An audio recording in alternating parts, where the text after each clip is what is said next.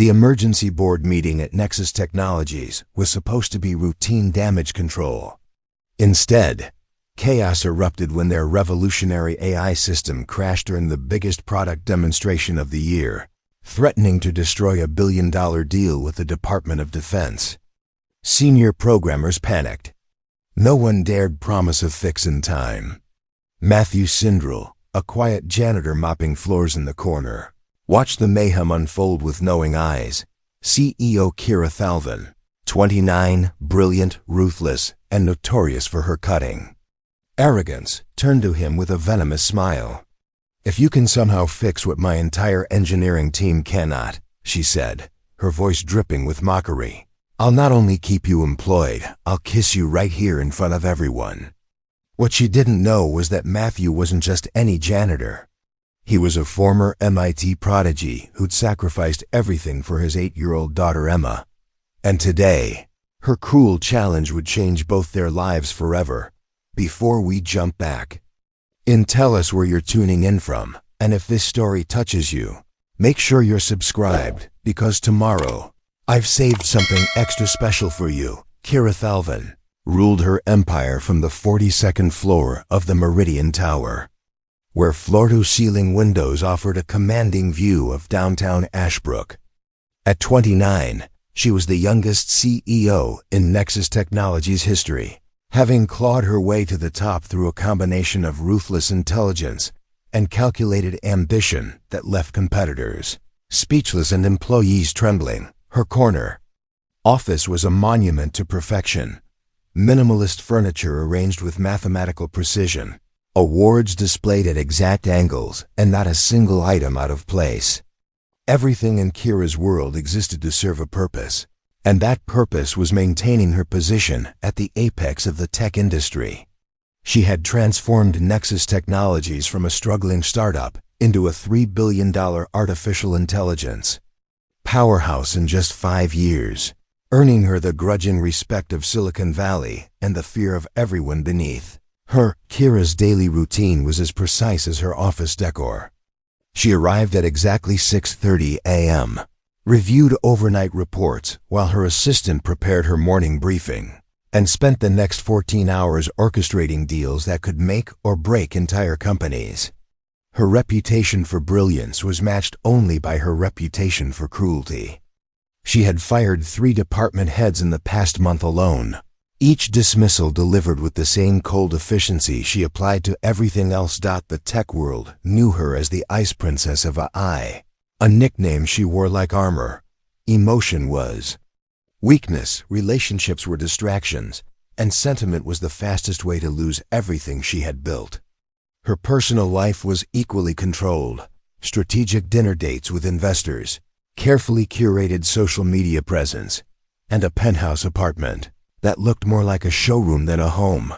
What the world didn't know was that Kira's perfectionism was built on a foundation of terror. She had grown up watching her father's tech company crumble when he made the mistake of trusting the wrong partner. The bankruptcy had destroyed their family, forcing them from their mansion into a cramped apartment where her parents' marriage disintegrated under the weight of financial stress. Her mother had left when Kira was 16, unable to handle the shame of their fallen status. That experience had taught Kira that success was the only shield against humiliation, and that trust was a luxury she couldn't afford. She had vowed never to be vulnerable again, never to depend on anyone whose loyalty couldn't be bought or whose performance couldn't be measured in quarterly reports. Every relationship in her life served a business purpose. Every friendship was really a networking opportunity, and every interaction was a transaction. 41 floors below Kira's pristine office, Matthew Sindrell pushed his cleaning cart through the maze of cubicles that housed Nexus Technologies' programming department. At 35, he possessed the kind of quiet dignity that came from accepting circumstances beyond his control, while refusing to let them define his worth. His custodial uniform was always clean and pressed, his work ethic unquestionable, and his presence so unobtrusive that most employees forgot he existed the moment he left their site. Matthew's shift began at 10 p.m. and ended at 6 a.m. A schedule that allowed him to be home when Emma woke up and available for school pickup. He moved through the building with practiced efficiency, emptying trash bins, vacuuming carpets, and sanitizing surfaces while the digital displays around him flickered with code. He understood better than most of the people who wrote it. His life revolved entirely around Emma, his 8-year-old daughter who possessed her father's quick mind and her late mother's infectious laugh. Sarah had died in a car accident 3 years ago, leaving Matthew to navigate single parenthood while grieving the loss of his soulmate. The life insurance settlement had been modest, enough to cover Emma's immediate needs, but not enough to sustain their previous lifestyle. Before Sarah's death, Matthew had been Dr. Matthew Sindrel, a rising star in the MIT Artificial Intelligence program with a PhD in computer science and 3 groundbreaking research papers to his name. Tech companies had competed for his attention, offering 6-figure salaries and stock options that could have made him wealthy. He had been on track to revolutionize machine learning algorithms when tragedy struck and priorities shifted overnight. The transition from academic prodigy to overnight single father had been brutal. Emma needed stability, not a father who disappeared into research labs for 16 hours at a time. She needed bedtime stories, not breakthrough algorithms. She needed a parent who would be there for scraped knees and school plays, not someone chasing the next Nobel Prize in computer science. So Matthew had made the hardest decision of his life. He walked away from everything he had worked toward and took the first job that offered the schedule Emma needed. Nexus Technologies' night custodial position paid a fraction of what he could have earned as a researcher, but it allowed him to be the father Emma deserved. Their apartment in Brookside was a far cry from the faculty housing they had once enjoyed, but Matthew had made it warm and inviting. Emma's artwork covered the refrigerator, her science projects occupied the kitchen table, and her laughter filled rooms that might otherwise have felt empty. She was brilliant like her father, already reading at a high school level and building simple robots from electronics kits they bought at garage sales. Every night, as Matthew cleaned the offices where his former peers now worked as senior developers and team leads, he reminded himself that he had made the right choice. Emma's happiness was worth more than any career achievement, her security more valuable than any professional recognition. When she looked at him with Sarah's bright eyes and called him the best daddy in the world, every sacrifice felt justified. But there were moments, usually in the quiet hours before dawn when he was alone with computer screens displaying code that sparked his old passion, when Matthew wondered what might have been. Not regret exactly, but a wistful acknowledgement of the path not taken. He still read research papers in his spare time, still followed developments in AI technology, still felt his pulse quicken when he encountered an elegant algorithm or an innovative approach to machine learning.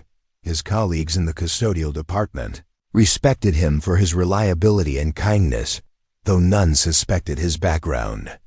The day shift programmers barely acknowledged his existence, treating him like part of the building's infrastructure rather than a human being with his own thoughts and expertise. He had grown accustomed to their dismissive glances and casual disregard, understanding that his uniform made him invisible to people who measured worth in job titles and salary figures. The irony was not lost on him that he spent his nights maintaining the workspace where some of his former classmates now held positions he could have easily filled. He recognized names on office doors, people who had once sought his input on their thesis projects, and now looked right through him as he emptied their trash cans. But Matthew harbored no resentment toward them or toward the circumstances that had led him here. Emma was thriving, and that was all that mattered. Their evening routine was sacred. Homework help, dinner together, bedtime stories that often involved princesses who solved problems with science rather than magic. Emma was his universe, and everything else was just background noise. Even when exhaustion weighed heavy on his shoulders after particularly long shifts, her smile could restore his energy and remind him why every choice had been worth making. This Tuesday night had started like any other. With Matthew arriving at Nexus Technologies as the last of the day shift, employees headed home. He had methodically worked his way through the lower floors, maintaining the rhythm that made 8 hours pass efficiently. But as he reached the executive levels, something felt different. The tension in the air was palpable, the scattered papers, and abandoned coffee cups suggesting that people had left their offices in a hurry. He could hear raised voices echoing from the boardroom, an unusual occurrence for this time of night. Through the glass walls, he could see figures gesticulating frantically around the conference table, their body language speaking of crisis and desperation. Matthew continued his work, but his mind couldn't help analyzing the fragments of conversation that drifted into the hallway, technical terms and error codes that painted a picture of serious system failure. As he positioned his cart near the boardroom to begin cleaning the adjacent hallway, Matthew caught sight of Kira Thalvin for the first time. He had seen her photo in company newsletters and tech magazines, but witnessing her in person was different. She commanded the room with an intensity that was almost physical, her voice cutting through the chaos like a blade as she demanded answers her team clearly couldn't provide. There was something magnetic about her presence, even in crisis, something that spoke of intelligence and determination that reminded him of his former world. But there was also something else, a brittleness beneath the polished exterior that suggested the control she projected came at a significant cost. As Matthew quietly began his work, he had no idea that within minutes their worlds would collide, in a way that would change everything for both of them. Preparing and narrating this story took us a lot of time, so if you are enjoying it, subscribe to our channel. It means a lot to us. Now back to the story. The crisis had begun innocuously enough, with a minor anomaly in the system logs that the night monitoring team had flagged as routine. By 11 p.m., however, that anomaly had cascaded into a complete system failure that threatened to destroy Nexus Technologies' most important deal in company history. The Prometheus AI system, 5 years and $2 billion in development, had crashed spectacularly during what was supposed to be its final demonstration before signing with the Department of Defense. Kira stood at the head of the boardroom table, her composure maintained through sheer force of will as she surveyed the chaos around her. Emergency meetings were supposed to be controlled affairs, but tonight had devolved into barely contained panic. Senior programmers hunched over laptops, their faces illuminated by error messages that seemed to multiply faster than they could address them. The department heads she had summoned looked like deer caught in headlights, each waiting for someone else to provide solutions they clearly didn't possess. "Status report," Kira demanded, her voice cutting through the nervous chatter. "I want facts, not excuses." Dr. Reginald Foster, her chief technology officer, looked up from his tablet with the expression of a man facing professional execution. "The Prometheus Core AI has experienced what appears to be a catastrophic logic cascade failure. The system isn't just offline, it's actively corrupting data structures as it attempts to restart." "Meaning what, exactly?" Kira's tone could have frozen nitrogen.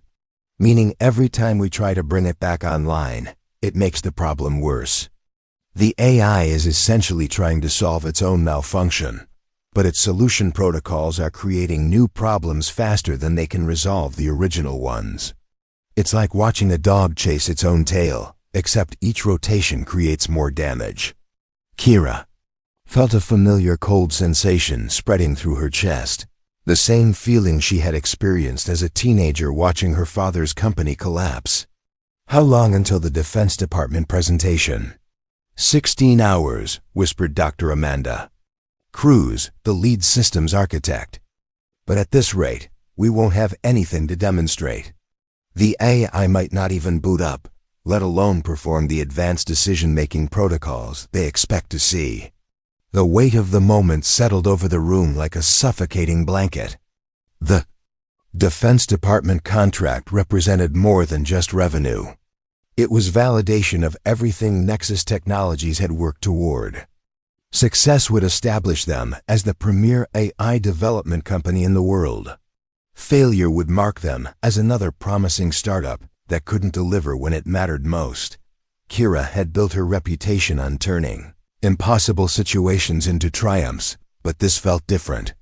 The technical details being thrown around by her team painted a picture of catastrophic system failure that went beyond simple debugging. The AI had somehow achieved a state of destructive recursion, essentially becoming its own worst enemy. What about backup systems? She asked, grasping for alternatives. The Prometheus AI was designed as a unique architecture, Dr. Foster explained. There's no backup system because the whole point was creating something that had never been done before.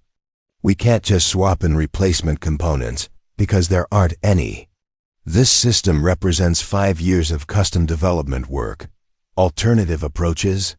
We could attempt to rebuild the core logic framework from scratch, but that would take months, possibly years. The algorithms that power Prometheus aren't simple programs we can rewrite overnight.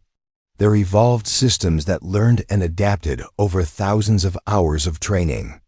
Kira walked to the floor-to-ceiling windows, staring out at the city. Lights while her mind raced through possibilities. Behind her, she could hear the desperate typing of programmers attempting solutions that everyone knew wouldn't work. The Defense Department had specifically chosen Nexus Technologies because of Prometheus's unique capabilities. No other AI system could perform the complex multivariable analysis and real-time decision-making they required. Options, she said, without turning around. I want every possible solution, no matter how unlikely. We could contact Dr. Sarah Williamson at Stanford, suggested Dr. Cruz. She's one of the few people who might understand the theoretical framework well enough to suggest an approach. Dr. Williamson is in Switzerland attending a conference, Dr. Foster replied. Even if we could reach her, she'd need days just to review our architecture before she could make any recommendations. What about bringing in outside consultants? Anyone with the expertise to tackle this problem would need weeks to understand our codebase. The Prometheus architecture is so complex that even our own team members only understand their specific components. Kira turned back to face the room, her frustration barely contained. Are you telling me that in a company of 300 software engineers, not one person can fix this problem? The silence that followed was answer enough. Dr. Foster cleared his throat nervously. The issue isn't personnel, it's the nature of the problem itself. Prometheus has essentially achieved a state of recursive logical failure. Every diagnostic we run confirms that the AI is functioning exactly as designed, but the design itself has become corrupted. It's like trying to fix a broken mirror by looking at your reflection in the broken pieces. That's not acceptable, Kira snapped. Unacceptable problems don't exist in my company. There's always a solution, always a way forward. We just haven't found it yet. But even as she spoke those words, Kira could feel the familiar anxiety building in her chest. This was exactly the kind of catastrophic failure that had destroyed her father's company, a critical system failing at the worst possible moment, with no backup plan and no clear path to recovery. The Defense Department would not reschedule their evaluation. If Nexus Technologies couldn't deliver tomorrow, the contract would go to their competitors, and 5 years of work would be worthless. The financial implications were staggering. The Defense Department contract was worth $800 million over 5 years, but more importantly, it would establish Nexus Technologies as the government's preferred AI partner. Other federal agencies would follow suit, creating a revenue stream that could sustain the company for decades. Without this contract, Nexus Technologies would remain a promising but unproven startup in an increasingly crowded field. Kira's mind raced through contingency plans, backup strategies, and alternative approaches, but every path led to the same conclusion. They needed a miracle, and miracles weren't part of her business model. She had built her success on careful planning, meticulous execution, and absolute control over every variable. This situation represented the kind of chaos that kept her awake at night, the kind of unpredictable crisis that could destroy everything she had worked to build. "Keep working," she ordered, her voice betraying none of her internal turmoil. "I want updates every 30 minutes. Someone find a solution, or we'll all be looking for new jobs tomorrow." As the team returned to their desperate debugging attempts, Kira stepped outside the boardroom to collect her thoughts. The hallway was dimmer than usual, lit only by emergency lighting that cast long shadows across the polished floors. She could hear the quiet hum of cleaning equipment from somewhere nearby, a mundane sound that seemed absurdly normal given the crisis unfolding upstairs that for the first time in years, Kira felt truly helpless.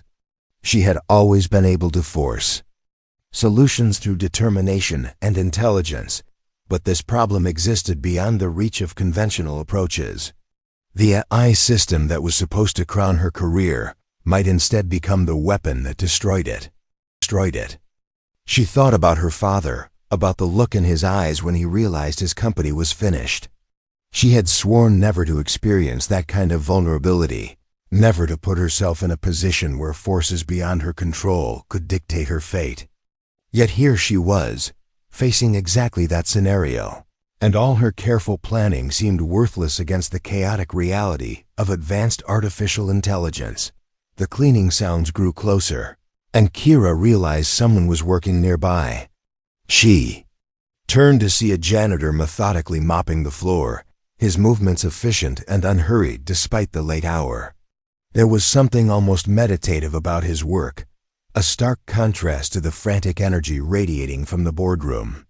For a brief moment, she envied his simplicity, his ability to perform a task with clear parameters and predictable outcomes. But that moment of envy quickly transformed into something else, a reminder of how far she had risen and how far she could fall.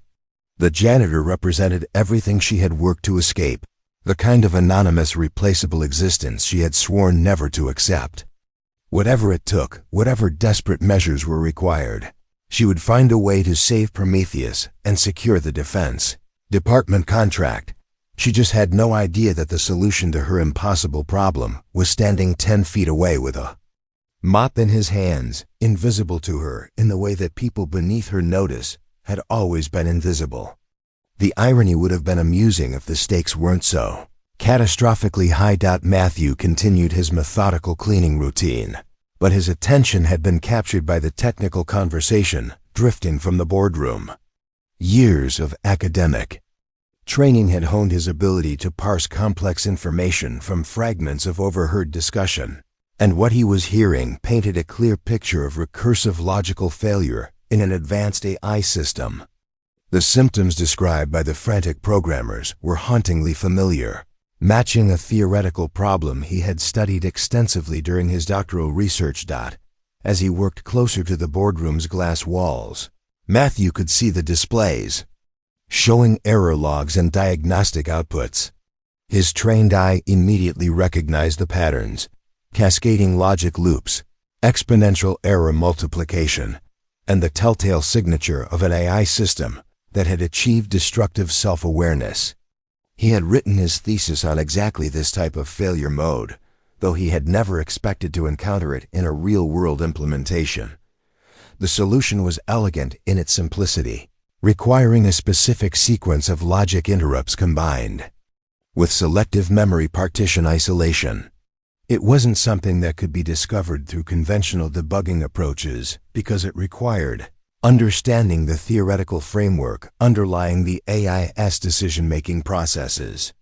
The fix would take approximately 40 minutes to implement, assuming access to the core programming interface. Matthew paused in his cleaning, wrestling with an internal conflict he hadn't experienced in years.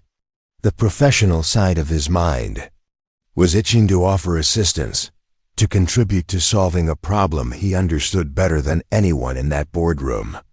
But the practical side reminded him that janitors didn't contribute to technical solutions, and revealing his expertise would raise questions about his background that he wasn't prepared to answer.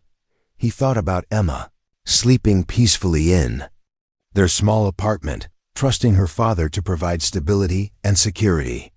This job might not use his education, but it paid their bills and allowed him to be present in her life. Getting involved in corporate politics and high-stakes technical crises could jeopardize the carefully balanced existence he had built for both of them. But as he listened to the increasingly desperate discussions inside the boardroom, Matthew realized that hundreds of jobs might be at stake. The custodial staff, the security guards, the administrative assistants, all the invisible people who kept Nexus Technologies functioning, would be the first casualties if the company failed. His silence might protect his own secret, but it wouldn't protect the livelihoods of his colleagues.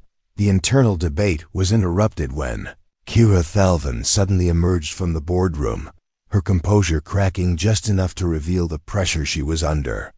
She paced the hallway like a caged predator, her expensive heels clicking against the polished floor with increasing urgency. When she noticed Matthew working nearby, her expression shifted to one of barely contained irritation. "Excuse me," she sighed, her tone suggesting that his presence was an unwelcome intrusion. "I need this area cleared immediately. We're dealing with a critical situation that requires absolute privacy." Matthew nodded respectfully and began gathering his cleaning supplies. "Of course, ma'am. I'll move to another floor." But something in her demeanor, the way she dismissed him without really seeing him, triggered a response he hadn't expected. For 3 years, he had accepted invisibility as the price of his choices, but watching her treat him like an inconvenient obstacle awakened a pride he thought he had buried. "Actually," he said quietly, "I couldn't help overhearing some of the technical discussion. It sounds like you're dealing with a recursive logic cascade in your AI system." Kira stopped pacing and turned to stare at him with undisguised amazement. "I'm sorry, what did you just say?" "The error patterns your team described suggest that your AI has achieved a state of destructive self-reflection. It's attempting to solve its own malfunction, but each solution attempt creates new problems because the diagnostic algorithms are themselves part of the corrupted logic framework. The absurdity of receiving technical analysis from a janitor left Kira momentarily speechless. She studied Matthew's face, searching for some sign that this was an elaborate joke or misunderstanding. "You understand artificial intelligence architecture?" "I have some background in the field," Matthew replied carefully. Kira's initial surprise quickly transformed into something else, the cold calculation that had made her successful. If this custodial worker actually understood their problem, perhaps he could be useful. But the presumption of a janitor offering technical advice to her engineering team was almost offensive. "Some background," she repeated, her voice taking on the mocking tone she used to demolish incompetent employees. "Let me guess, you took a computer science class at community college, and now you think you understand advanced AI development?" Matthew felt his jaw tighten, but kept his voice level. "I understand the specific type of failure you're experiencing because I've studied it extensively. The solution requires targeted logic interruption combined with selective memory isolation." "The solution," Kira laughed, a sound devoid of humor. "My team includes PhD-level computer scientists from MIT, Stanford, and Carnegie Mellon. And you think you can solve what they cannot." She stepped closer, her eyes glittering with the kind of cruel amusement she reserved for people who overestimated their importance. "Tell you what, janitor, I'm feeling generous tonight, so I'll make you a deal. If you can somehow fix what my entire engineering department cannot, if you can restore our AI system before the Defense Department presentation tomorrow, I'll do something unprecedented." Kira paused, savoring the moment like a predator playing with injured prey. "I'll not only keep you employed, despite this ridiculous presumption, I'll kiss you right here in front of my entire senior staff. Because clearly, if a custodial worker can solve advanced AI problems, the normal rules of reality no longer apply." The challenge hung in the air between them, heavy with condescension and implied humiliation. Kira expected Matthew to back down immediately, to apologize for his presumption and retreat to his appropriate place in the corporate hierarchy. She had used similar tactics countless times to remind subordinates of their position and limitations, but Matthew didn't retreat. Instead, he studied her face with the same analytical precision he had once applied to complex algorithms. "And if I fail?" "When you fail," Kira corrected, "you're fired immediately. No severance, no references, nothing. You'll learn that there are consequences for wasting my time with delusions of competence." Several members of her senior team had emerged from the boardroom, drawn by the sound of their CEO's voice in the hallway. They watched with fascination and growing unease as the confrontation unfolded. Dr. Foster, in particular, looked mortified by the public spectacle, but none dared interrupt when Kira was in full predatory mode. Matthew considered the offer seriously, weighing the potential consequences against the opportunity to solve a problem that genuinely excited his intellectual curiosity. Emma would be fine for one night with Mrs. Rodriguez, their elderly neighbor who often helped with emergency babysitting. The risk to his employment was real, but so was the possibility of preventing massive layoffs that would affect dozens of families like his own. "You're certain about the consequences?" he asked. "Fix the system and you'll kiss me in front of your staff. Fail and I'm terminated immediately." "Absolutely certain," Kira replied, her confidence unwavering. "Though I should warn you that my legal department will ensure you never work in this industry again if you damage our systems further. Sabotage is a federal crime when government contracts are involved." Matthew nodded slowly, making his decision. "I'll need access to the core AI interface and approximately 40 minutes of uninterrupted work time. The audience of senior executives exchanged bewildered glances. They were witnessing something unprecedented. A custodial worker negotiating with their notoriously ruthless CEO as if he were an equal. Some looked embarrassed by the spectacle. Others fascinated by Kira's willingness to humiliate someone so publicly. 40 minutes, Kira repeated mockingly. "My team has been working on this for 6 hours, but you need 40 minutes. This should be entertaining." She turned to address her senior staff, her voice carrying across the hallway. "Gentlemen, ladies, please gather in the boardroom. We're about to witness either a miracle or the most spectacular example of workplace delusion in corporate history. Our janitor believes he can save Prometheus." Dr. Foster stepped forward hesitantly. "Kira, perhaps we should consider." "Consider what?" She snapped. "That we might actually need custodial input on artificial intelligence development. This company didn't become successful by entertaining the fantasies of service workers." But even as she spoke, something in Matthew's calm demeanor gave her pause. He wasn't displaying the nervous bravado she expected from someone attempting to punch above their weight. Instead, he projected quiet confidence that seemed almost professional, as if he actually believed he could deliver on his claims. "Very well," she said finally. "You have 40 minutes to prove that janitors understand AI development better than PhD computer scientists.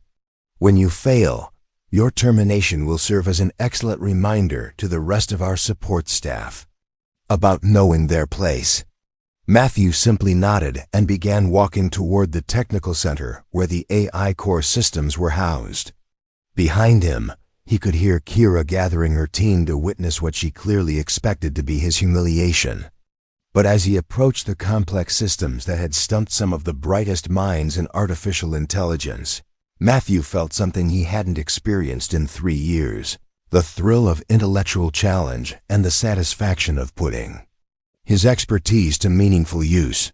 The next 40 minutes would determine not just his employment status, but whether he could reconcile the two halves of his identity that had seemed mutually exclusive for so long. As he sat down at the core interface terminal, Matthew Sindrel, the janitor, began the process of becoming Dr. Matthew Sindrel once again. even if only for the length of time it took to save a company and prove that intelligence existed in unexpected places. Matthew settled into the chair at the primary AI interface terminal, his fingers hovering over the keyboard as he surveyed the cascade of error messages flooding the multiple monitors. The Prometheus system was indeed trapped in a recursive logic loop, but the specific implementation was more elegant than he had expected. Someone had created an AI architecture that was simultaneously brilliant and fatally flawed, like a mathematical proof that was perfect except for a single incorrect assumption that invalidated the entire framework. Behind him, Kira and her senior team had arranged themselves in a semicircle, their expressions ranging from skeptical amusement to outright hostility. Dr. Foster looked particularly uncomfortable, clearly recognizing that allowing a custodial worker access to their most sensitive systems violated every protocol they had established. But Kira's authority was absolute, and her desire to publicly humiliate Matthew overrode any technical concerns. 40 minutes starting now, Kira announced, checking her platinum watch with theatrical precision. Though I suspect we'll know much sooner whether our janitor possesses miraculous AI expertise or simply an overactive imagination. Matthew ignored the commentary and began his diagnostic routine, his fingers moving across the keyboard with practiced efficiency.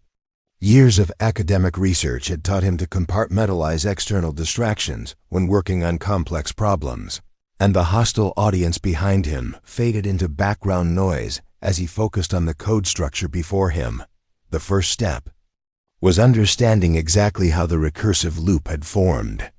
AI systems didn't simply break randomly. They followed logical pathways that led to predictable failure modes.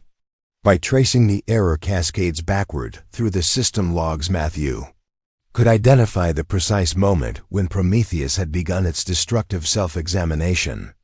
"Interesting," he murmured, his voice carrying the kind of professional fascination that surprised his audience. The initial trigger was a quantum state uncertainty in the decision matrix. The eye encountered a logical paradox it couldn't resolve, and began questioning its own foundational assumptions. Dr. Cruz leaned forward involuntarily. "That's impossible. Prometheus doesn't have quantum processing capabilities. The architecture is entirely classical computation." Matthew continued typing, without turning around. "The quantum uncertainty isn't in the hardware, it's in the logical framework.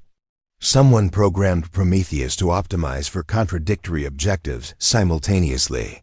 When it encounters a situation where achieving one goal prevents achieving another, it enters a state of logical superposition that mimics quantum uncertainty." The technical accuracy of his explanation sent a chill through the assembled team. This wasn't lucky guessing or superficial knowledge gleaned from popular science articles. Matthew was demonstrating deep understanding of both AI architecture and quantum logic theory, fields that required years of advanced study to master. "Who programmed those contradictory objectives?" Dr. Foster asked, his voice tight with professional concern. "Based on the code structure, I'd say this was deliberate," Matthew replied, pulling up sections of the core programming on his secondary monitor. Someone wanted to create an AI that could handle complex moral and ethical decisions by forcing it to weigh competing values. "It's actually quite sophisticated, but the implementation has a fatal flaw." Kira stepped closer to the monitors, her earlier mockery replaced by sharp attention. "What kind of flaw?" "The system was designed to handle ethical dilemmas by temporarily suspending logical consistency, but there's no mechanism for restoring consistency afterward. It's like teaching someone to question everything, then being surprised when they start questioning the validity of questioning itself." Matthew's explanation was accompanied by rapid navigation through the AI's code structure, highlighting specific algorithms and decision trees with the confidence of someone who had authored similar systems. His audience watched in growing amazement as he dissected years of complex programming work in minutes, identifying design patterns and architectural choices that revealed intimate familiarity with advanced AI development. The solution is elegant, he continued, opening a new programming interface. We need to create a logical anchor point that the AI can return to after processing ethical paradoxes. Think of it as providing a philosophical foundation that remains stable even when surface-level decision-making becomes uncertain. Dr. Foster's professional instincts overcame his bewilderment. That's theoretically sound, but implementing such a system would require restructuring the entire ethical reasoning module. That's months of work, possibly years. Not if you approach it correctly, Matthew replied, beginning to type new code with remarkable speed. Instead of restructuring the existing logic, we create a parallel processing thread that monitors for recursive loops and provides intervention when necessary. The ethical reasoning system remains intact, but gains a safeguard against self-destructive introspection. As lines of code appeared on the screen, the senior programmers recognized something that left them speechless. This wasn't amateur work or lucky improvisation. Matthew was writing professional-grade AI code with the kind of elegant efficiency that marked true expertise. His variable naming conventions, algorithm optimization techniques, and structural approaches all bore the hallmarks of advanced academic research. Where did you learn to code like this? Dr. Cruz whispered, her voice filled with professional awe. Matthew paused in his typing, considering how much to reveal. MIT. I completed my PhD in artificial intelligence with a focus on ethical decision-making systems. My thesis was on preventing recursive logic cascades in advanced AI architectures. The silence that followed was profound. Kira felt the ground shifting beneath her feet as the comfortable assumptions she had made about social hierarchies and professional competence crumbled. A PhD from MIT represented more prestigious credentials than most of her senior team possessed. Yet this man had been cleaning their offices for months while they struggled with problems he could solve in his sleep. Dr. Matthew Sindrel, Dr. Foster said slowly, recognition dawning in his voice. You wrote the foundational papers on AI ethical paradox resolution. Your work is required reading in every advanced AI program in the country. That was a long time ago, Matthew replied. Returning his attention to the code, I'm just Matthew now, the janitor who happens to understand your AI system. But the implications of his revelation were staggering. Dr. Matthew Sindrel had been considered one of the most promising AI researchers of his generation before mysteriously disappearing from academic circles 3 years earlier. His papers on machine consciousness and ethical reasoning had influenced every major AI development project in the past decade, including the theoretical framework underlying Prometheus itself. Kira stared at the man she had just finished humiliating, trying to reconcile the janitor she had dismissed with the legendary researcher whose work had shaped her company's technology. Why are you working as custodial staff? With your credentials, you could have any position in the industry. Matthew's fingers never stopped moving across the keyboard as he continued implementing his solution. Because sometimes life forces you to choose between professional success and personal responsibility. I chose responsibility. Responsibility to whom? To my daughter. Emma needed a father who would be present in her life, not someone disappearing into research labs for 18 hours a day. This job allows me to support her while being the parent she deserves. The simplicity of his explanation only made it more powerful. Here was someone who had voluntarily walked away from prestige and financial success to prioritize family obligations, a concept so foreign to Kira's worldview that she struggled to comprehend it. In her experience, people fought desperately to climb higher in professional hierarchies. They didn't voluntarily descend them for sentimental reasons. You gave up everything for a personal relationship, she asked, her voice betraying her confusion. I gave up nothing that mattered, Matthew corrected. I gained everything that did. As he spoke, his solution began taking shape on the screen. The code was remarkably concise, a testament to his deep understanding of the underlying systems. Rather than brute force patches or complex workarounds, he was implementing elegant logical structures that addressed the root cause of Prometheus's failure while preserving all its advanced capabilities. Fascinating approach, Dr. Foster admitted. Studying the emerging code structure, you're essentially creating an artificial philosophical framework that provides logical stability without constraining ethical reasoning. I've never seen anything like it. The concept comes from ancient Greek philosophy, Matthew explained, adding the final components of his solution. Aristotle's work on practical wisdom and the golden mean. Sometimes the most advanced AI problems require solutions that predate computers by several thousand years. 27 minutes after beginning, Matthew entered the final command sequence and initiated the system restart. The monitors around them went dark for a moment before slowly coming back online, this time displaying normal operational parameters instead of cascading error messages. Prometheus was not only functional again, but operating at optimal efficiency levels. System restored, Matthew announced quietly. Prometheus is online and ready for your Defense Department presentation. The boardroom erupted in a mixture of cheers and bewildered applause, but Kira remained silent, staring at the man who had just accomplished something her entire engineering department had deemed impossible. Everything she thought she understood about competence, credentials, and social hierarchies had been challenged in the span of half an hour. Dr. Matthew Sindrel had been hiding in plain sight for months, cleaning the offices of people whose expertise couldn't match his own. The humiliation she had intended to inflict on him had instead revealed the depth of her own prejudices and assumptions. She had been prepared to mock a janitor. Instead, she found herself facing one of the most respected AI researchers in the world. As the celebration continued around them, Kira realized that she now owed this remarkable man something she had never given anyone: a public acknowledgement of his worth and an admission of her own mistakes.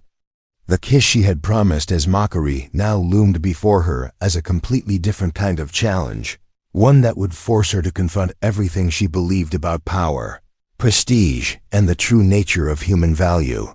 The Prometheus AI hummed back to life with the quiet efficiency of a well-tuned machine, its diagnostic displays showing optimal parameters across all systems. Status indicators that had been flashing angry red for hours now glowed steady green, and the error cascades that had consumed the previous 6 hours of desperate debugging simply disappeared. In the space of 27 minutes, Matthew had accomplished what an entire team of PhD-level engineers had deemed impossible. The boardroom fell into stunned silence as the implications of his success settled over the assembled executives. Dr.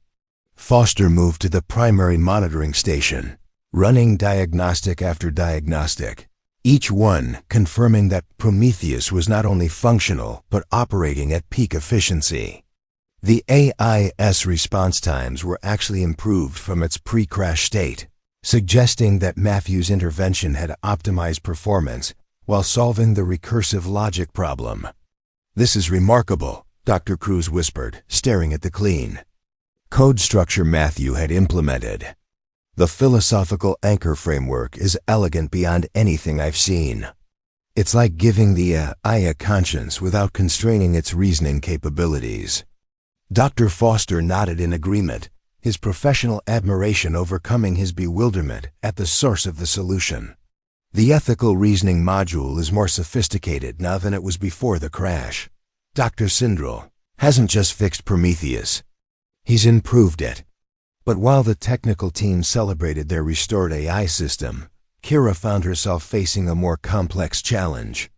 She had made a public promise in front of her senior staff, wagering her dignity against what she had assumed was impossible. The kiss she had offered as mockery now loomed before her as a debt of honor that would require her to publicly acknowledge her misjudgment.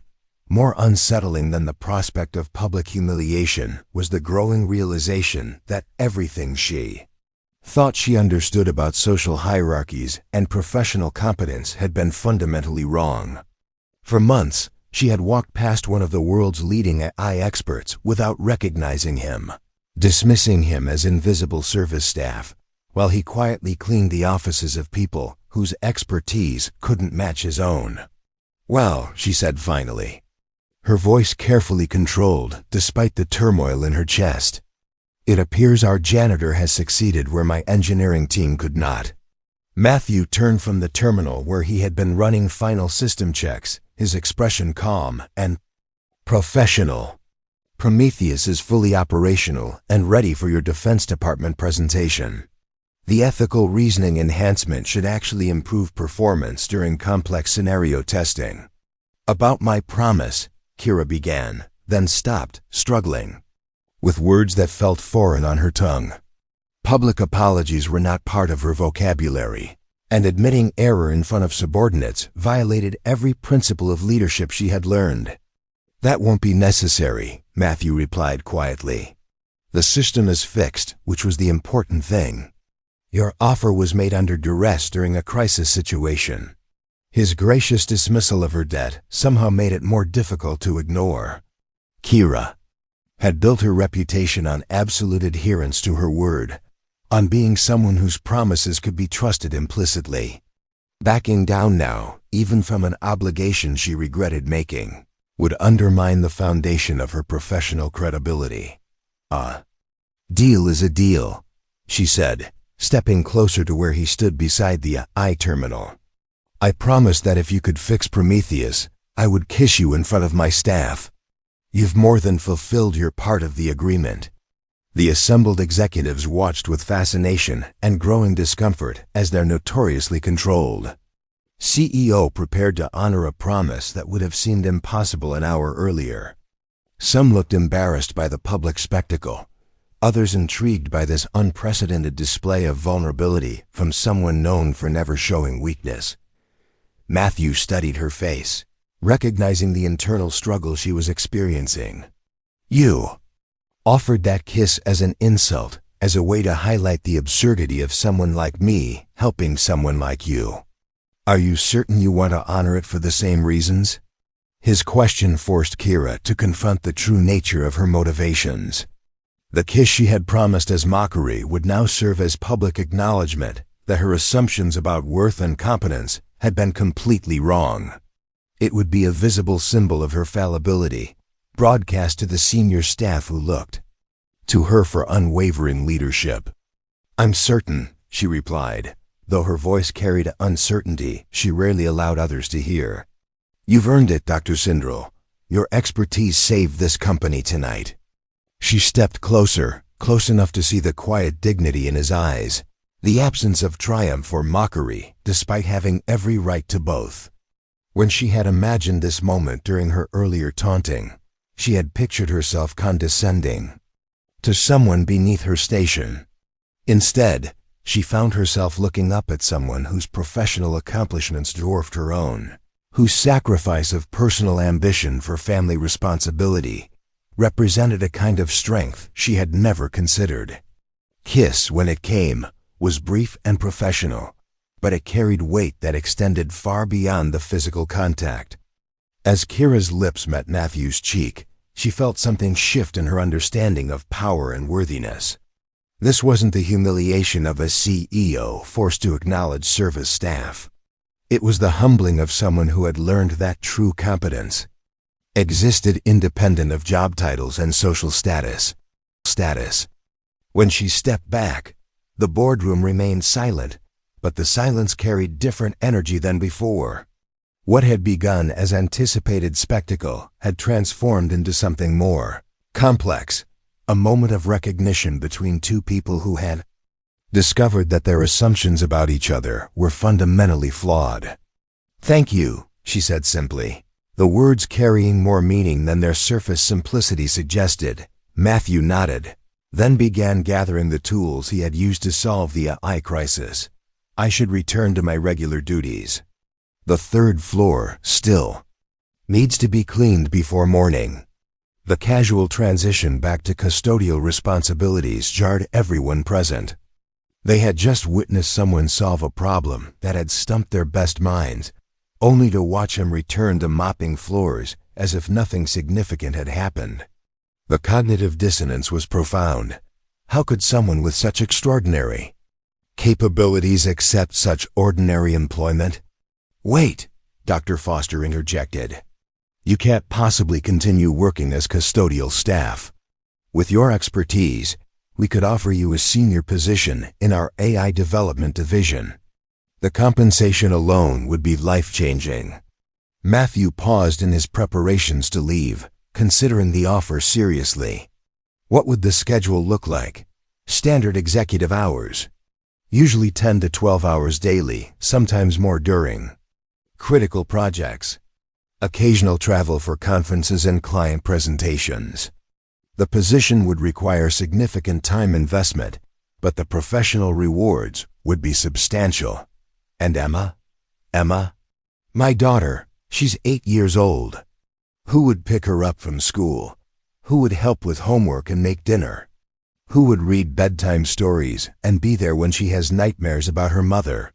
The questions highlighted a fundamental disconnect between the professional opportunities being offered and the personal responsibilities that truly governed Matthew's decisions. The senior executives exchanged glances, recognizing that they were encountering a value system completely foreign to their experience. Dr. Cruz attempted a solution. We could provide childcare support, perhaps a nanny or after-school program. Many of our executives use such services to manage family obligations. Matthew shook his head gently. Emma doesn't need paid supervision. She needs her father. She's already lost one parent. I won't make her lose another to career ambition. But your talents are being wasted, Dr. Foster insisted. You could contribute to projects that advance the entire field of artificial intelligence. Your work could benefit millions of people. My work now benefits one person who matters more than millions of strangers, Matthew replied. Emma is my priority, and custodial work allows me to be the father she needs, while still contributing something useful to society. Kira listened to this exchange with growing fascination and discomfort. She was witnessing someone voluntarily reject everything she had spent her adult life pursuing: professional recognition, financial success, and the opportunity to maximize their potential. Yet Matthew's reasoning was internally consistent and even admirable, if utterly incomprehensible from her perspective. You're choosing limitation over achievement, she said, trying to understand his motivations. How can someone with your capabilities accept such constraints?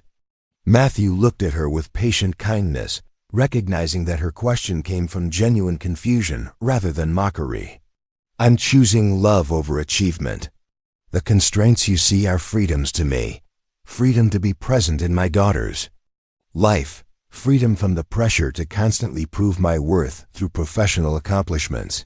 Freedom to find meaning in simple daily tasks rather than grand career ambitions. But don't you miss it? The intellectual challenge, the recognition, the opportunity to push the boundaries of human knowledge. I miss aspects of my former life, Matthew admitted. But I've gained something more valuable, the knowledge that I'm exactly where I need to be, doing exactly what matters most. Tonight was intellectually satisfying, but tomorrow Emma will have a science project that needs help, and that will be more important to me than any AI breakthrough. As he spoke, Kira began to recognize that she was encountering a completely different definition of success, one that measured achievement in terms of relationships and personal fulfillment rather than professional advancement and social status. It was a perspective that challenged every assumption she had made about ambition and worth. I should go, Matthew said, checking his watch. Emma will be waking up in a few hours, and I want to be there to make her breakfast. He walked toward the door with the same quiet dignity he had displayed throughout the evening, leaving behind a group of executives who were struggling to process what they had witnessed. The man who had just saved their company was returning to work that paid a fraction of what he was worth. Motivated by priorities they found difficult to comprehend. As the boardroom door closed behind him, Kira found herself facing an uncomfortable truth. She had just met someone who possessed everything she thought she wanted: intelligence, competence, respect, while valuing everything she had convinced herself didn't matter. The collision between his worldview and hers had left her questioning assumptions she had never thought to examine, and wondering whether the life she had built was actually the life she wanted to live. Defense Department Presentation 12. Hours later was a triumph that exceeded even Kira's ambitious expectations. Prometheus performed flawlessly, demonstrating capabilities that left the military officials speechless with admiration. The AI's enhanced ethical reasoning framework, implemented by Matthew during the crisis, proved to be exactly what the Department of Defense had been seeking: artificial intelligence that could make complex moral decisions without losing sight of fundamental human values. General Patricia Morrison, the lead evaluator, had been particularly impressed by Prometheus's ability to navigate scenario after scenario, involving competing ethical priorities. "This is revolutionary," she had told Kira after the final demonstration. "We've tested dozens of AI systems, but none have shown this level of sophisticated moral reasoning. Whatever breakthrough you achieved in your ethical framework development, it's going to change how we approach autonomous decision-making in critical situations." The $800 million contract was signed that afternoon, along with a preliminary agreement for additional projects worth potentially $2 billion over the next decade. Nexus Technologies had secured its position as the government's premier AI development partner, validating everything Kira had worked to build over the past 5 years. But as she stood in her office that evening, looking out at the city lights, while her team celebrated in the conference room below, Kira found herself thinking not about the financial triumph or the professional validation, but about the man who had made it all possible. The janitor who wasn't really a janitor, whose quiet competence had saved her company while asking for nothing in return. The story of Matthew's intervention had spread through Nexus Technologies like wildfire, though the details had become increasingly distorted with each retelling. Some versions painted him as a mysterious genius who had been secretly observing their work for months. Others suggested he was actually a corporate spy sent by competitors to evaluate their security protocols.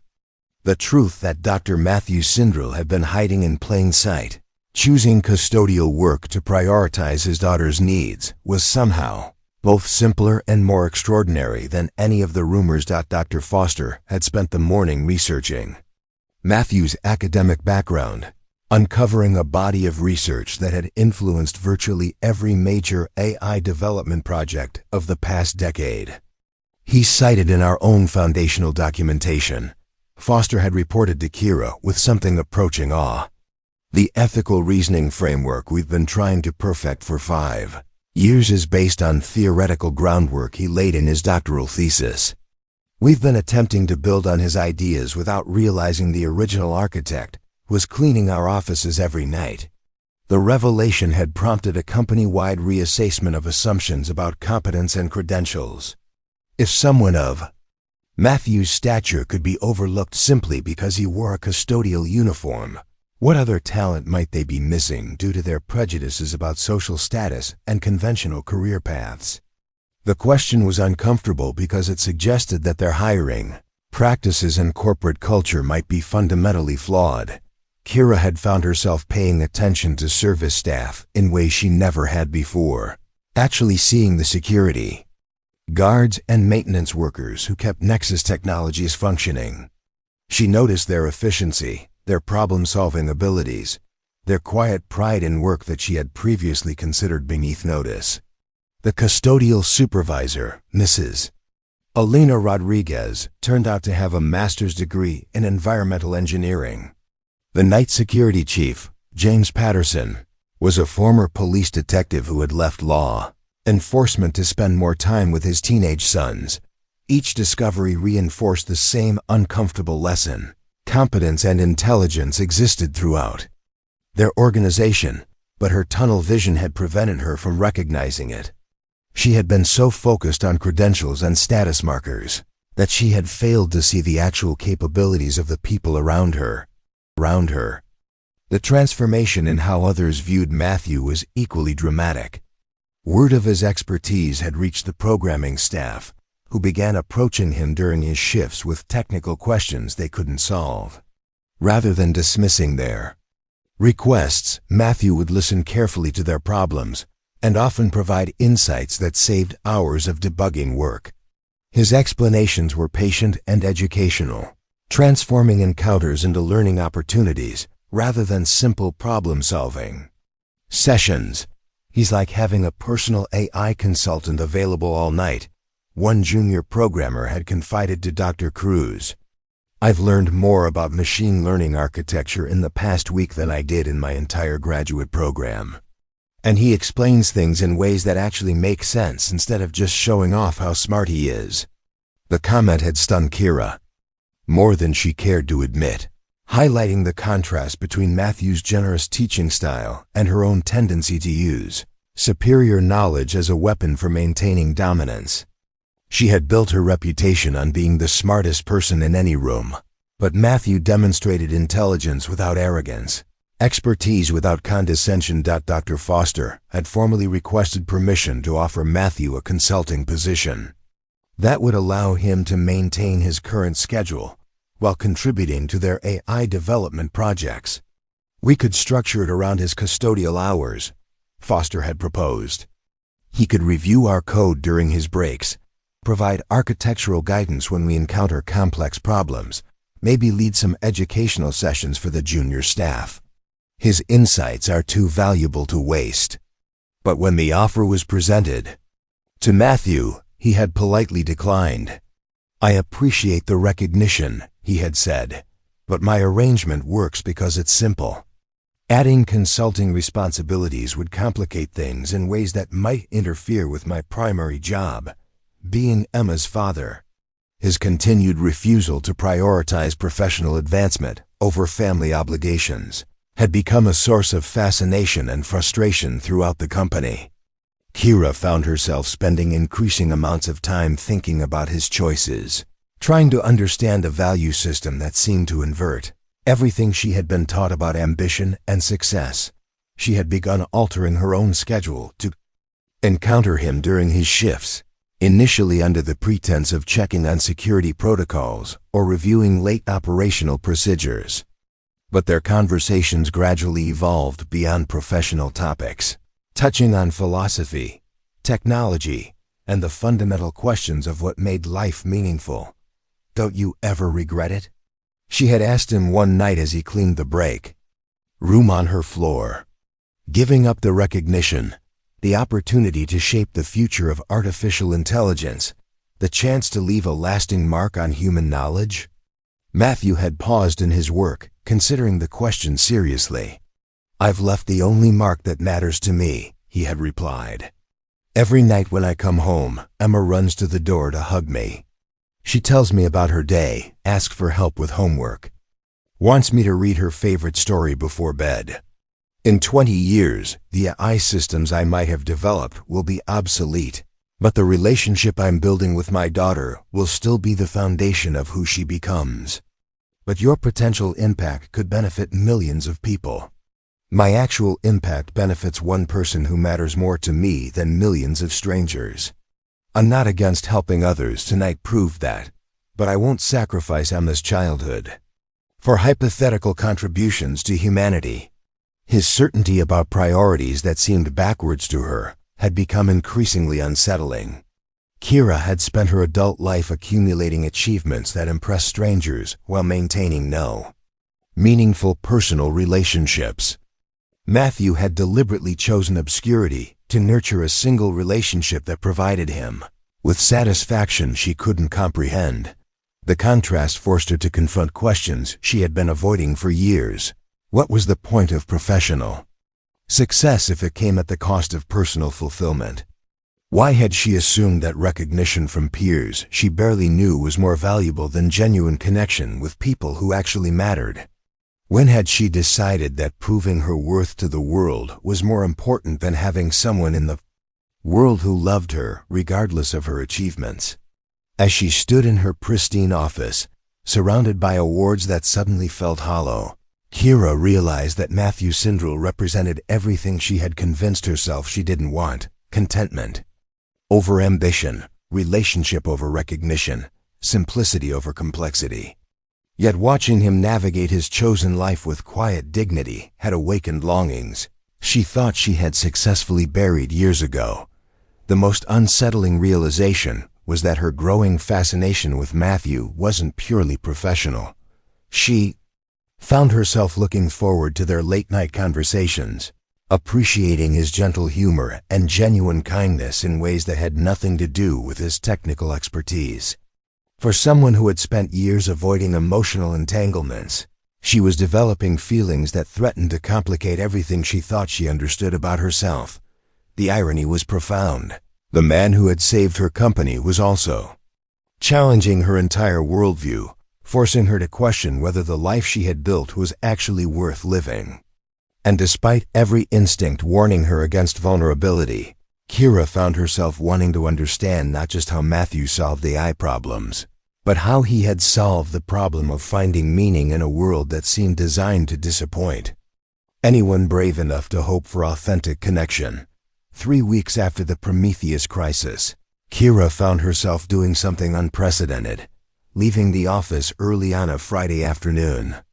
Her stated reason was a facilities inspection, but the truth was more complicated. She had learned that Matthew's shift started at 4 p.m. on Fridays to accommodate Emma's early dismissal from school, and she wanted to see him in his role as a father rather than just as the genius custodian who had saved her company. She waited in the parking garage, feeling slightly ridiculous as she pretended to review documents on her tablet while watching for Matthew's beat-up Honda Civic when he arrived with Emma in the passenger seat. Kira experienced something she hadn't felt in years: curiosity about someone else's private world that had nothing to do with business advantage. Emma Sindrel was unmistakably her father's daughter, with the same intelligent eyes and thoughtful expression that made Matthew so compelling. But where his intelligence manifested as quiet competence, hers bubbled over with enthusiastic curiosity about everything around her. As they walked toward the building entrance, Kira could hear Emma chattering excitedly about a robotics project she was working on for the school science fair.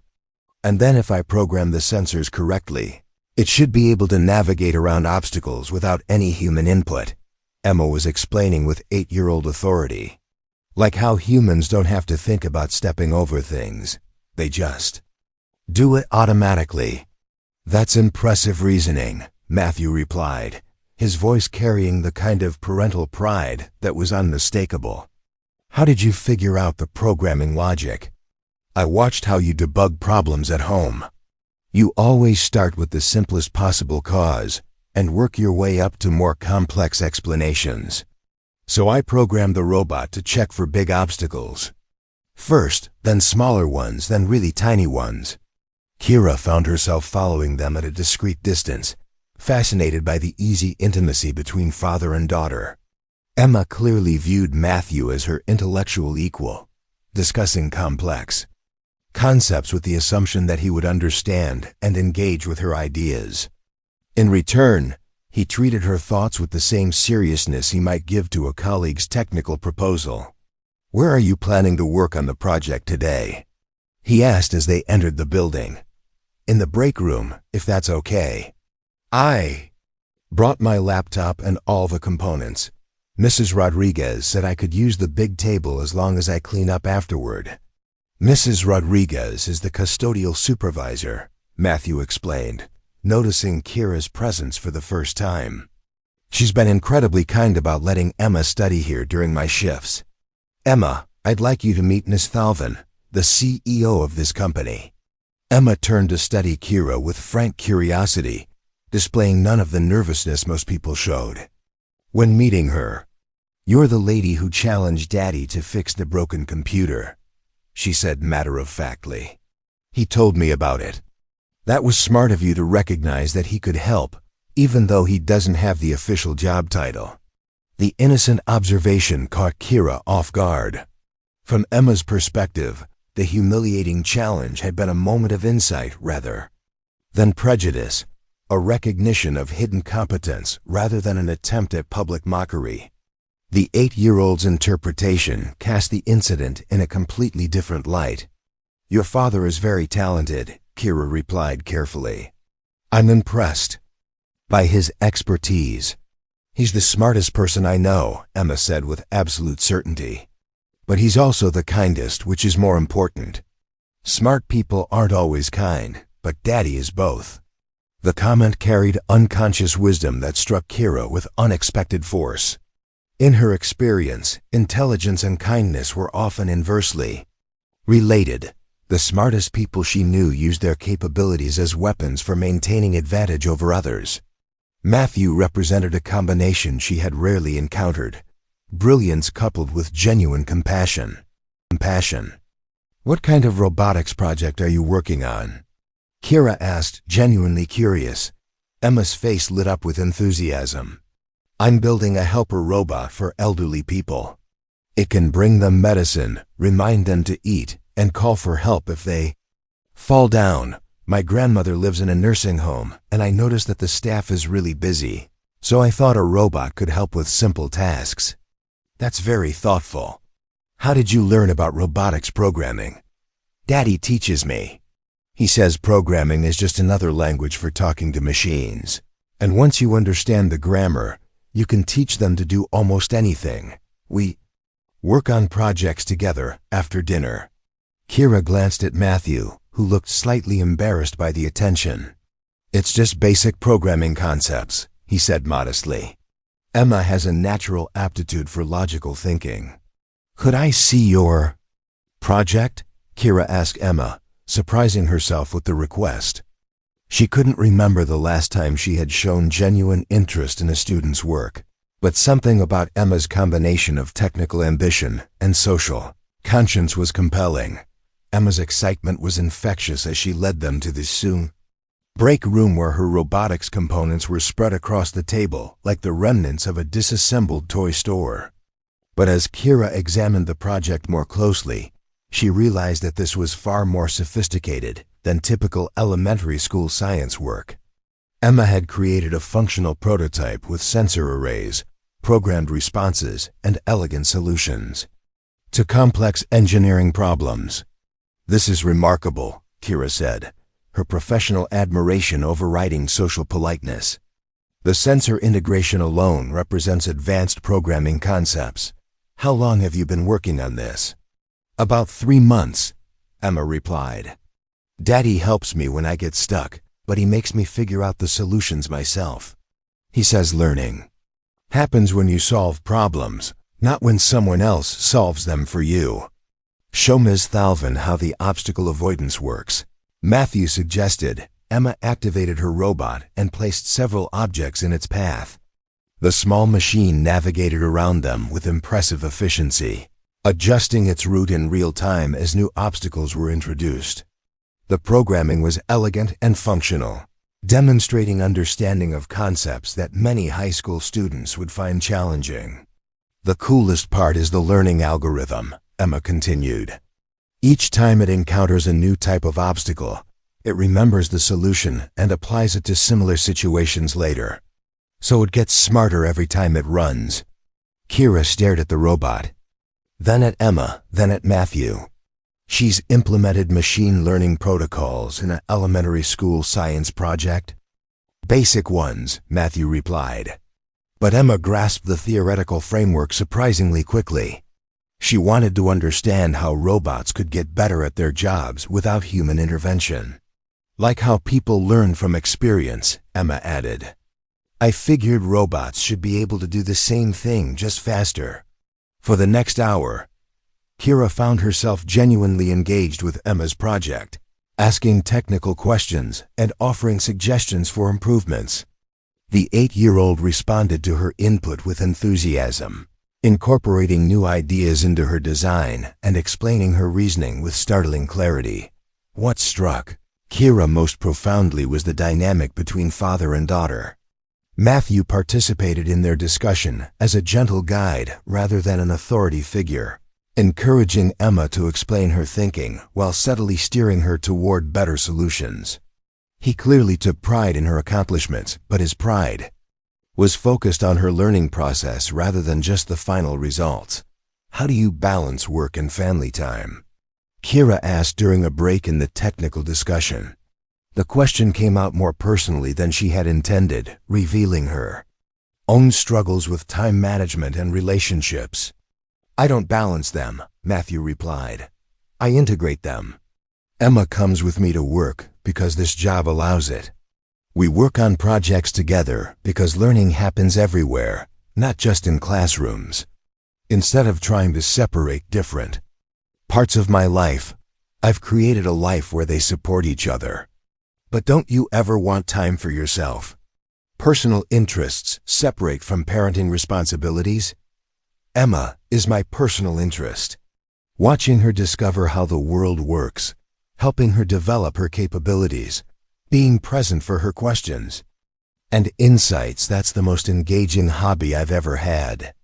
Other interests feel trivial compared to the privilege of watching someone remarkable grow into their potential. His answer revealed a perspective on parenthood that was completely foreign to Kira's experience. In her observation, most successful people treated family obligations as constraints on their real interests, necessary compromises that limited their ability to pursue meaningful work. Matthew had somehow reversed that equation, finding his most meaningful work in family relationships. What about your scientific interests? Don't you miss contributing to research that could advance human knowledge? I'm conducting the most important research of my life, Matthew replied, watching Emma troubleshoot a sensor calibration problem. I'm studying how curiosity develops, how learning happens, how someone becomes the kind of person who uses their capabilities to help others. The data I'm collecting about human development is more valuable to me than any AI breakthrough. As the evening progressed, Kira found herself reluctant to leave, despite having no legitimate business reason to remain. She was witnessing something she had never experienced, a family dynamic based on mutual respect, shared learning, and genuine enjoyment of each other's company. There was no power struggle, no competition for attention, no underlying tension about unmet expectations. When Emma finished her work session and began packing her robotics components, she turned to Kira with characteristic directness. Would you like to come to my science fair next week? It's on Thursday evening at 7 p.m. Daddy will be there, and I think you'd enjoy seeing all the projects. The invitation was casual and inclusive, carrying no hidden agenda or expectation of special treatment. Emma simply wanted to share something she was proud of with someone who had shown genuine interest in her work.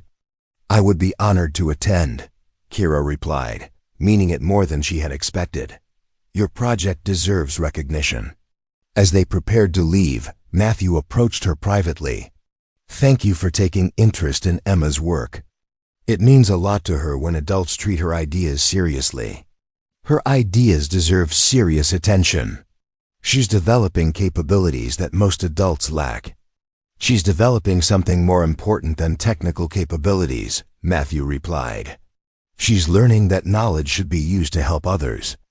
That intelligence is only valuable when it's coupled with compassion. Those lessons will matter more than any programming skills. Walking to her car later, Kira reflected on the evening with confusion and unexpected longing. She had intended to observe Matthew's family life out of curiosity, but instead had encountered a way of living that challenged every assumption she had made about success, fulfillment, and the purpose of human relationships. For the first time in her adult life, she found herself wanting something she couldn't achieve through determination and strategic planning, the kind of authentic connection that seemed to come naturally to the man who had saved her company and was now impossibly beginning to capture her heart. The call came at 6:47 a.m. on Monday morning. interrupting Kira's usual pre-dawn workout routine. Vincent Ashworth's name on her phone screen triggered an immediate spike of anxiety. The chairman of Nexus Technologies' board of directors only called when someone's career was in jeopardy. "Kira, we need to talk." His voice carried the kind of controlled displeasure that preceded corporate executions. "My office 1 hour. And bring explanations for some very interesting reports I've been receiving about your recent management decisions." The line went dead before she could respond, leaving Kira to contemplate what interesting reports might mean while she prepared for what felt like professional combat. Vincent Ashworth was old guard corporate aristocracy, someone who believed that social hierarchies existed for important reasons and that mixing business with personal sentiment was the fastest way to destroy shareholder value. An hour later, Kira sat across from Vincent in his intimidating corner office, where original oil paintings and antique furniture created an atmosphere of inherited authority. At 62, Vincent possessed the kind of understated power that came from controlling billions of dollars in investment capital and the careers of everyone who depended on it. "Explain to me," Vincent began without preamble, "why my security team is reporting that you've been spending significant after-hours time with custodial staff. Specifically, with someone named Matthew Sindrel, who apparently has been granted unprecedented access to our most sensitive AI systems." Kira felt her stomach tighten, but maintained her composure. "Dr. Sindrel assisted with a critical system failure that threatened our Defense Department contract. His intervention was essential to our success." "Dr. Sindrel?" Vincent's eyebrows rose with theatrical surprise. "Our janitor is a doctor now? How convenient. And I suppose this explains why you've been observed having extended personal conversations with said janitor, including attending what appeared to be a social gathering. With his family? His family?" The surveillance revelation sent a chill through Kira's chest. She had been careful about maintaining professional boundaries during their interactions, but apparently not careful enough to avoid detection by corporate security systems designed to monitor executive behavior for potential liability issues. "I attended his daughter's science fair as a representative of Nexus Technologies," she replied, technically accurate but misleading. "The company benefits from maintaining positive relationships with employee families." Vincent's laugh was cold and knowing. "Kira, I've known you for 8 years. You've never attended a company picnic, let alone an employee's family event.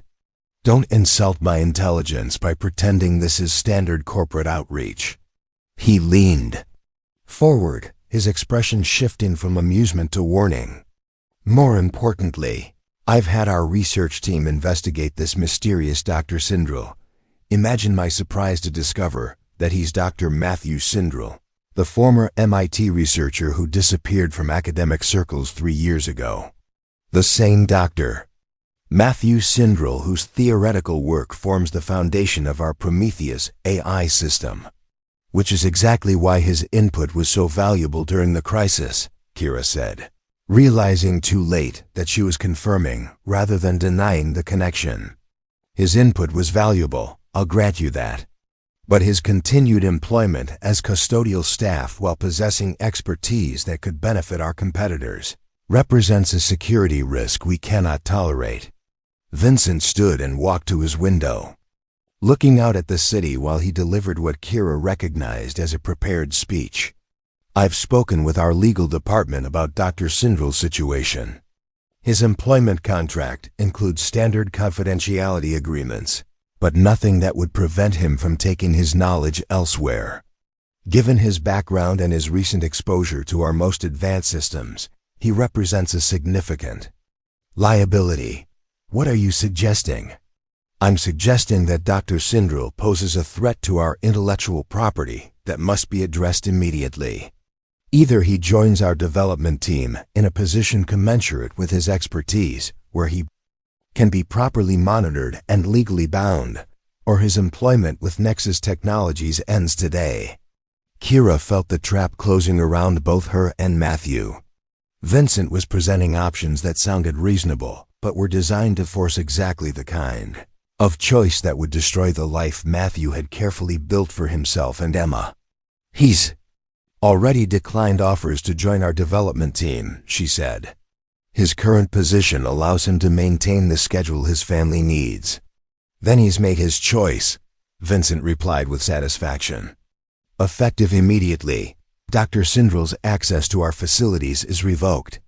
Security will escort him from the building today, and our legal team will ensure he understands the consequences of sharing any proprietary information he may have gained during his employment. You can't fire him for refusing a promotion he doesn't want." "I'm not firing him for refusing promotion. I'm terminating his employment because his continued presence in a custodial role while possessing advanced AI expertise represents an unacceptable security risk. Our insurance company has already flagged this as a potential liability issue." Vincent returned to his desk, his expression shifting from professional to personal. "But that's not really what this is about, is it, Kira? This is about your inappropriate fascination with someone you perceive as beneath your social station. I've seen this before: successful women who romanticize working-class authenticity as an antidote to the pressures of leadership." The accusation stung because it contained enough truth to be devastating. "My personal interactions with Dr. Sindrill are irrelevant to business operations. Everything about your behavior is relevant to business operations when you're the CEO. Your judgment, your priorities, your emotional stability, all of these directly impact shareholder value and company performance." Vincent leaned back in his chair, his tone becoming almost paternal. "I've watched you build this company into something remarkable through dedication and ruthless focus. But lately, your attention has been divided. You're spending time on custodial staff issues instead of strategic planning. You're attending elementary school science fairs instead of investor meetings. You're developing personal attachments that compromise your professional objectivity. One science fair hardly represents compromised judgment. It represents a pattern of behavior that concerns me deeply. You've always been my most reliable executive precisely because you understood that personal relationships were distractions from the work that really mattered. Now you're acting like sentiment is more important than success." Kira realized that Vincent was offering her a choice between the life she had built and the connection she was developing with Matthew and Emma. The corporate world she had conquered would not tolerate divided loyalties or complicated emotions that might interfere with quarterly performance metrics. "Dr. Sindrill will be terminated today," Vincent continued. "The only question is whether you're going to let this temporary infatuation damage your own position as well. I need to know that you understand where your priorities lie. And if I disagree with your assessment, then you'll discover that CEO positions are not guaranteed, regardless of past performance. The board expects leadership that puts shareholder interests above personal feelings. If you can't provide that kind of leadership, we'll find someone who can." The threat was explicit and devastating. Vincent was forcing her to choose between job security and defending someone who had become important to her in ways she couldn't fully explain. The rational choice was obvious. Matthew would find other employment, Emma would adapt to new circumstances, and Kira would continue building the successful career that had always been her primary source of identity. But as she sat in Vincent's office surrounded by symbols of corporate power that suddenly felt hollow, Kira realized that the rational choice might not be the right choice. Matthew had shown her a different way of measuring success, one that prioritized authentic relationships over professional advancement. Emma had demonstrated that curiosity and kindness could coexist with intelligence and ambition. "I need time to consider your position," she said finally. "You have until end of business today. Dr. Sindrill's termination will be processed this afternoon, unless you can provide compelling business reasons for retaining someone whose expertise makes him a security liability in his current role." As Kira left Vincent's office, she understood that she was facing the same kind of choice that Matthew had made 3 years earlier, between professional success and personal values, between advancement and authenticity, between the life others expected her to live and the life she was beginning to want for herself. The decision would determine not just Matthew's employment, but whether she had the courage to choose connection over control, love over achievement, and the uncertain rewards of vulnerability over the familiar safety of emotional isolation. Kira spent the rest of the morning in her office, staring at financial reports she couldn't focus on while her mind raced through the implications of Vincent's ultimatum. Every rational analysis led to the same conclusion. She should let Matthew go. He would find other employment, Emma would adapt to new circumstances, and Kira could continue building the career that had always defined her identity. But rationality felt inadequate when weighed against the memory of Emma's excited explanations about her robotics project, or Matthew's patient teaching as he helped his daughter understand complex programming concepts. These people had shown her what authentic relationship looked like, and the prospect of losing that connection to preserve her professional standing felt like trading something precious for something hollow. At 11:30 a.m., her assistant buzzed with an urgent call. "Miss Thalvin, there's a Dr. Sarah Chun from Stanford on line 2. She says it's regarding Dr. Matthew Sindrel and extremely time-sensitive." Kira's pulse quickened as she accepted the call. Dr. Chun's voice carried the authority of someone accustomed to being taken seriously by powerful people. "Ms. Thalvin, I understand that Dr. Sindrel is currently employed by your company in a custodial capacity. I'm calling to offer him a position as lead researcher in our new Artificial Intelligence Ethics Institute, with a starting salary of $400,000 annually plus equity participation." "I see," Kira managed, her stomach sinking. "We've been trying to locate Dr. Sindrel for months. His work on AI ethical frameworks is exactly what we need for our Defense Department partnership. The position would allow him to continue his groundbreaking research while maintaining reasonable work-life balance. We understand he has family considerations that are important to him. Have you spoken with Dr. Sindrel about this opportunity?" "We haven't been able to reach him directly, which is why I'm contacting you as his current employer. We're hoping you might facilitate an introduction. This represents a chance for him to return to the academic work he was born to do." After ending the call, Kira sat in stunned silence. The universe seemed determined to remove Matthew from her life one way or another. If Vincent didn't fire him for security reasons, Stanford would lure him away with opportunities that perfectly matched his expertise and values. Either way, she would lose someone who had become unexpectedly important to her. The intercom buzzed again. "Ms. Thalvin, security reports that Dr. Sindrel has arrived for his shift. Mr. Ashworth has requested that he be detained in conference room B pending your decision about his employment status." Kira's anger flared at Vincent's presumption. Detaining Matthew like a criminal violated basic respect and dignity, treating him as a security threat rather than someone who had saved their company. The action revealed Vincent's true attitude toward people he considered beneath his notice. "Tell security to release Dr. Sindrel immediately, and schedule an emergency board meeting for 4 p.m. today." "Ma'am," Mr. Ashworth specifically instructed. "Mr. Ashworth doesn't run this company. I do. Release Dr. Sindrel now." Kira found Matthew in conference room B, sitting calmly despite being essentially imprisoned by corporate security. His dignity remained intact even in circumstances designed to humiliate him, a quiet strength that reminded her why she had been drawn to him in the first place. "I'm sorry about this," she said as security left them alone. "Vincent Ashworth has decided you represent a security risk and wants you terminated immediately." Matthew nodded without surprise. "I expected this might happen eventually. My background was bound to surface once people started paying attention. Stanford University called this morning.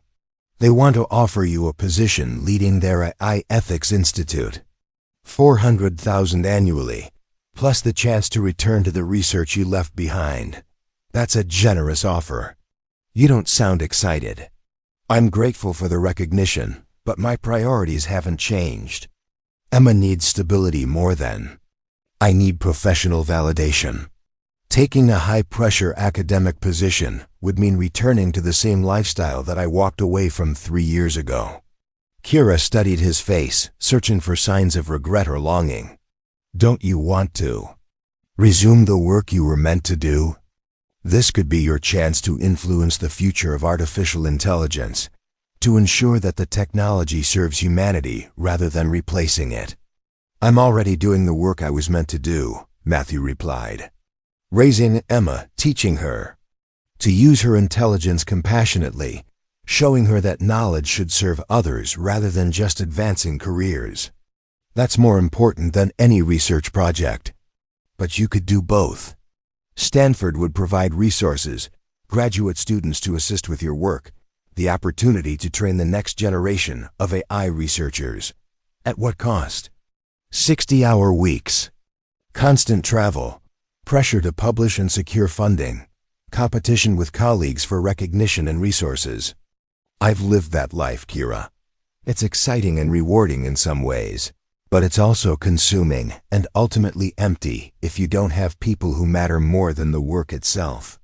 His certainty about values that seemed backwards to her was both frustrating and inspiring.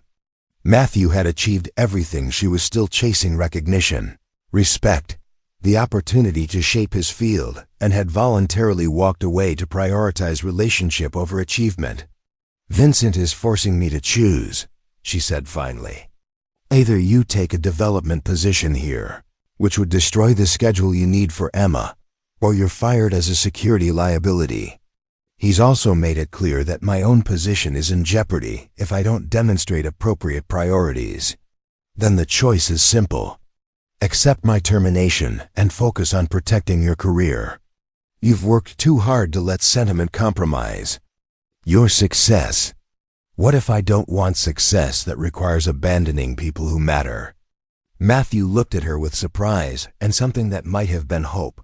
What are you saying? I'm saying that watching you navigate your choices has made me question everything I thought I wanted.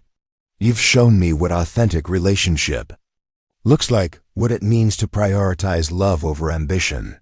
I don't want to lose that, even if keeping it costs me everything I've built. Kira, you can't sacrifice your career for someone you've known for a few weeks. That's not practical or sustainable. Maybe practicality is overrated. Maybe some things are worth risking everything for. She stood up, her decision crystallizing with surprising clarity. I'm calling an emergency board meeting.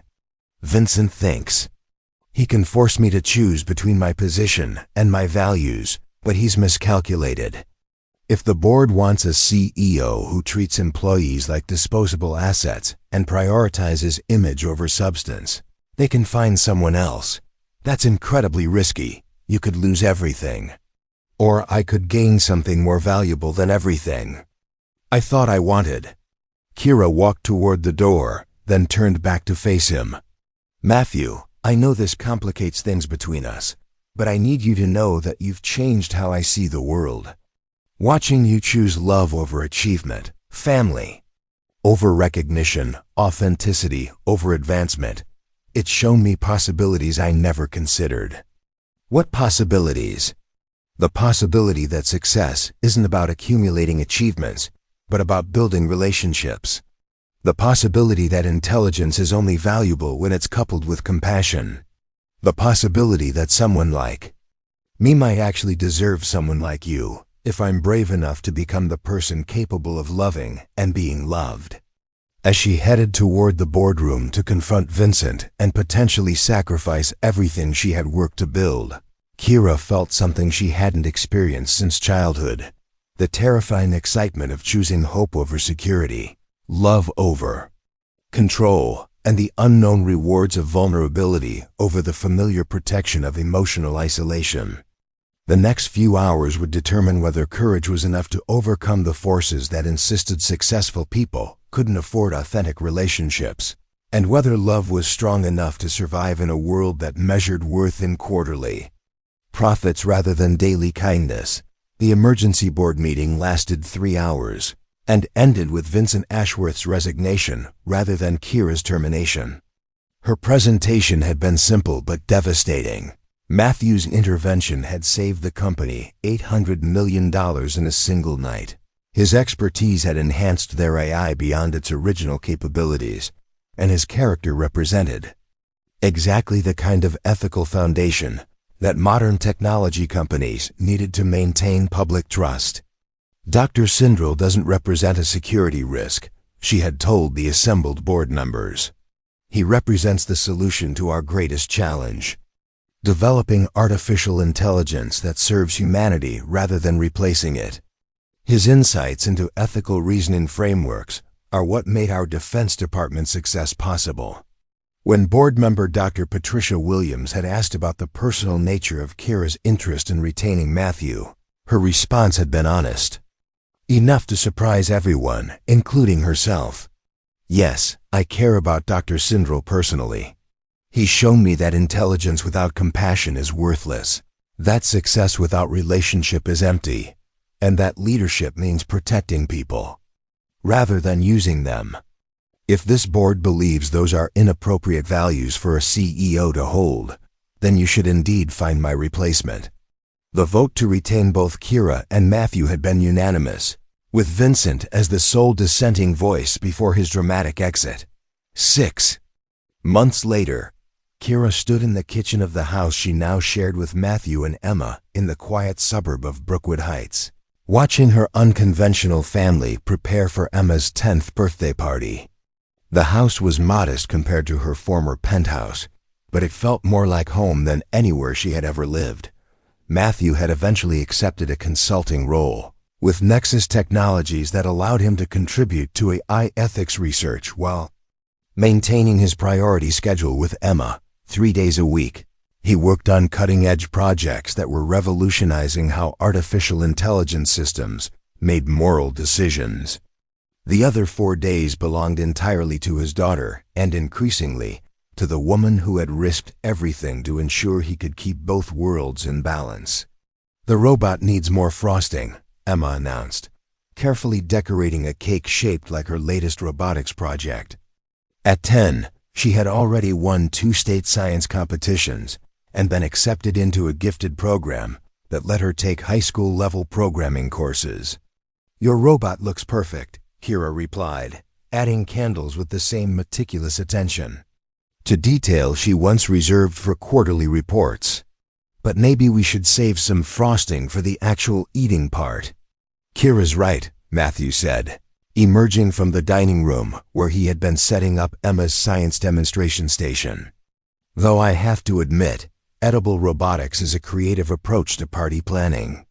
The doorbell rang, signaling the arrival of Emma's classmates and their families.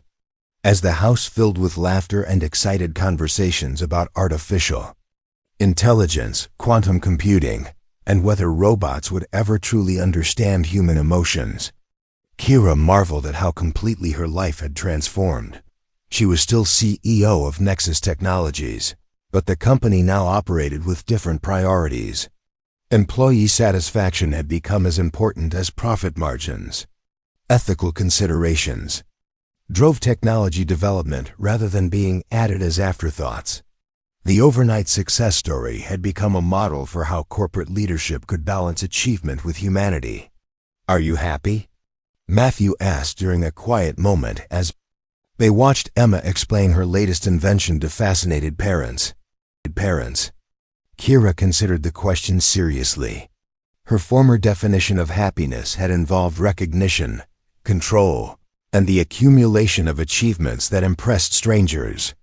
Now happiness meant Sunday morning breakfast with people who loved her regardless of her professional accomplishments, helping Emma with homework that challenged her own understanding, and falling asleep next to someone who chose her every day rather than just needing her for what she could provide. "I'm happy," she said, meaning it more completely than she ever had before. I'm finally living a life worth living rather than just building a resume worth reading. As Emma's party continued around them, filled with brilliant young minds discussing how technology could make the world better, Kira understood that the greatest success story wasn't about a CEO who saved her company or a janitor who revealed his hidden expertise. It was about two broken people who had learned that healing happened through connection, that strength came from vulnerability, and that the most important problems in life couldn't be solved with algorithms. They could only be solved with love. Up. Next, you've got two more standout stories right on your screen. If this one hit the mark, you won't want to pass these up. Just click and check them out. And don't forget to subscribe and turn on the notification bell so you don't miss any upload from us.